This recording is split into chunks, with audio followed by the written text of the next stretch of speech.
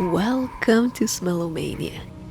This is a perfume review channel where I actually draw what I smell and dissect the fragrances down to the last molecule. Today I'm really excited and a bit intimidated at the same time. I've been trying to figure out these two mysterious fragrances for almost a year now. And they are Orphéon and Fleur de Peau by Diptyque. The master perfumer behind these two creations is Olivier Pescheux. Every time I encounter a perfume name in French, I just have to find out what it means. Maybe it will add something to the story, which is already brewing in my mind.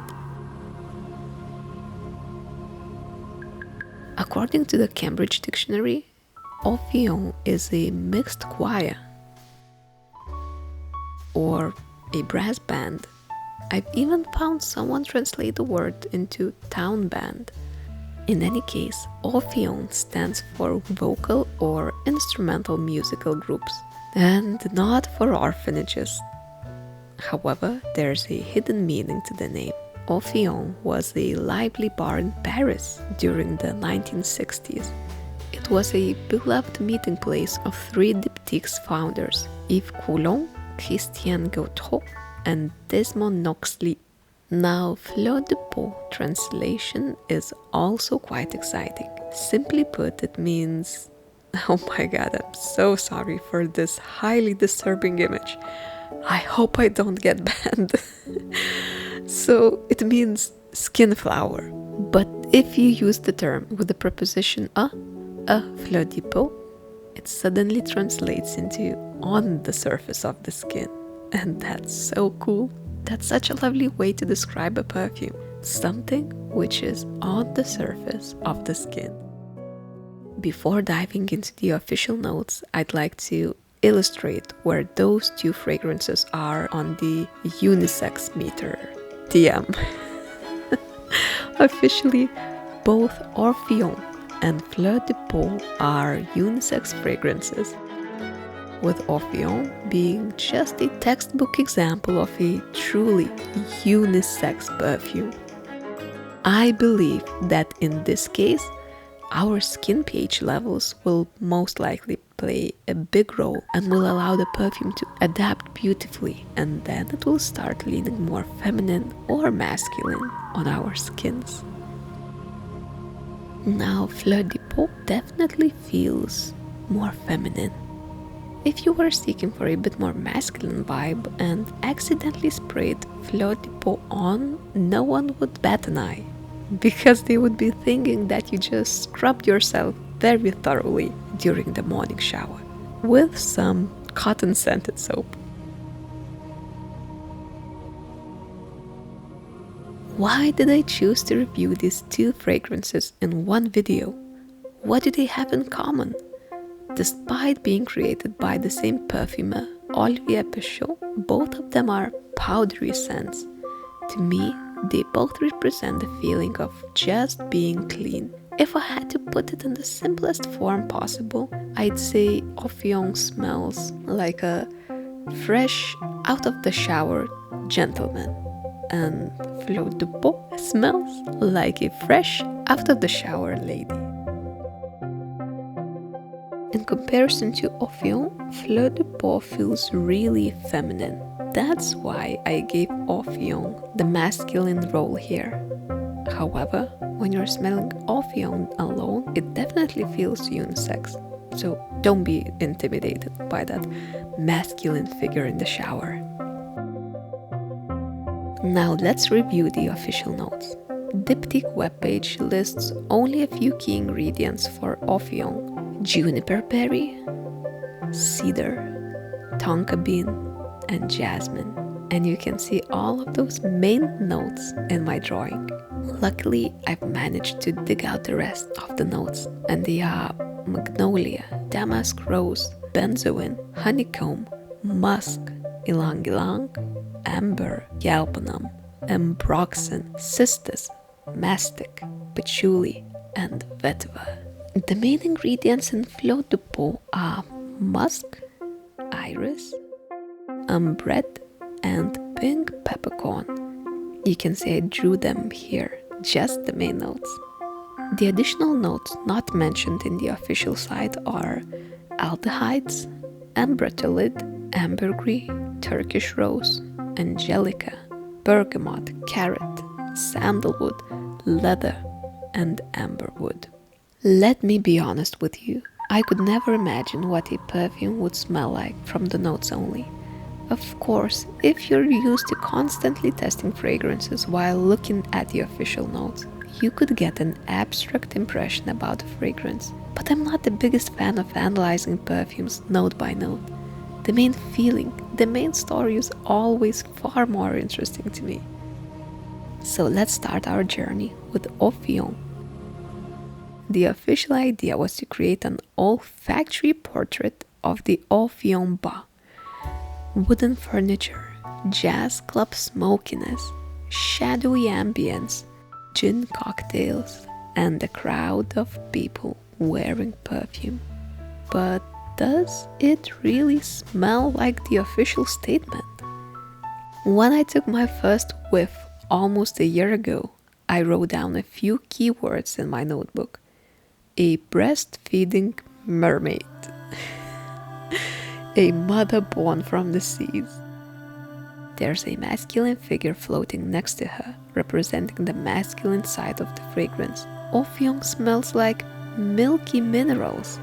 It's soft, powdery, white, clean and milky, yet it boasts an intriguing sweet saltiness to it. Yes, sweet saltiness, almost like white, opaque, pearlescent moonstones were clustered into a sacred throne. Orphéon is a deceptively simple perfume.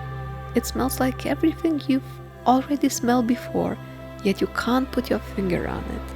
I'd say it's a modern masterpiece with a nod to the vintage. It's really long-lasting if a drop gets on your clothing, and it's ever-changing depending on season. During the winter, it felt rather masculine, very powdery and floral. Don't be surprised if you can't smell it anymore. There are some magical rogue synthetic molecules mixed in here, which makes the perfume very subtle yet everlasting at the same time.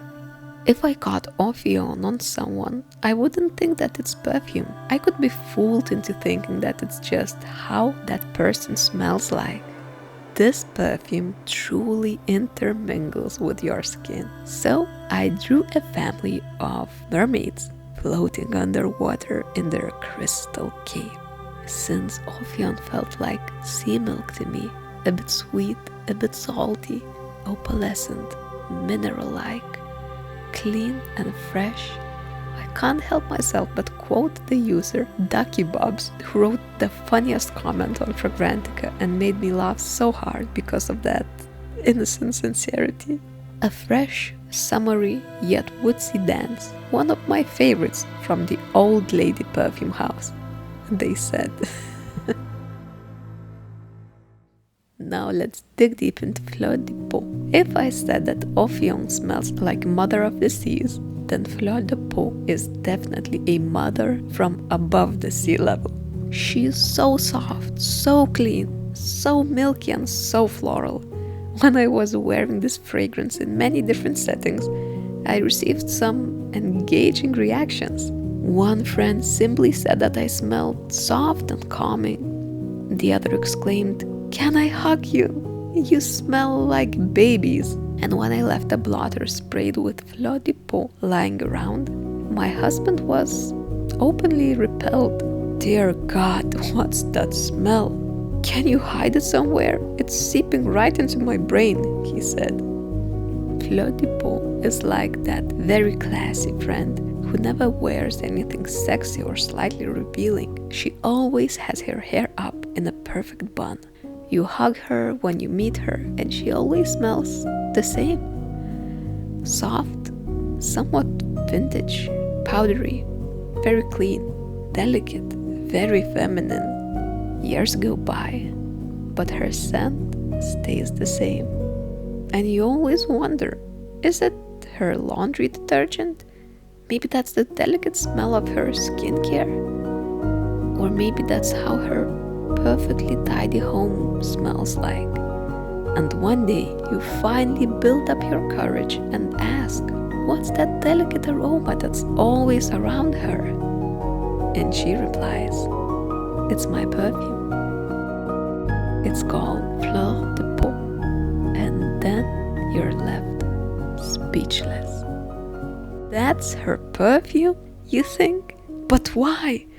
You could achieve the exact same result by just doing your laundry on a regular basis, drying it out in the sun, and maintaining good hygiene habits by scrubbing yourself with some good old soft floral soap.